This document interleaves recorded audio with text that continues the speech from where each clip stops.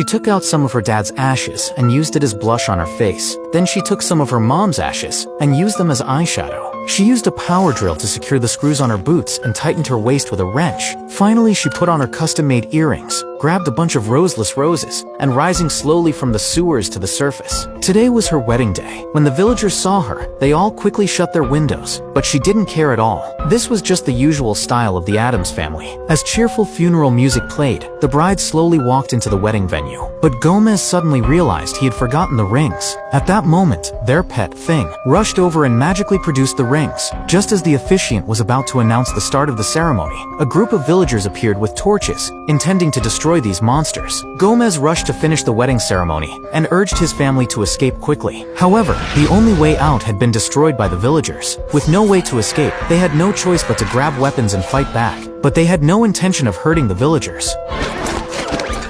To cover their escape, Grandma decided to stay behind and buy them some time. The brother carried them as they climbed toward the mountaintop. Under the moonlight, they looked so desolate. Although they were safe now, wherever they went, people always drive them away. Gomez swore to his wife that he would find a place just for them. So, they began their journey to find a home. As Thing played music, a man dressed in white suddenly appeared. Thing couldn't stop in time and ran straight into him. They quickly got out of the car to check on him. Gomez could tell from his clothes that he was a mentally ill person. Just then, Morticia noticed an abandoned castle on top of a mountain. Could this be the new home of their dreams? But suddenly, "Thank you, old boy. Lead the way." just like that, he unknowingly became Gomez's butler. Soon they arrived at the castle. Gomez ripped off the seal and opened the door. The place was not only eerie, but also had blood flowing down the walls. Anyone else would have run away in fear. But this was exactly the kind of style the Addams family loved. So, they decided to settle there. Soon, they had two strange children. The older sister was named Wednesday. She liked to sleep under the guillotine. If it weren't for the tree spirit waking her up every morning, she'd have died 1,000 times by now. The younger brother, Pugsley, was even scarier. His favorite thing every day was trying to kill his dad with the weapons he made himself.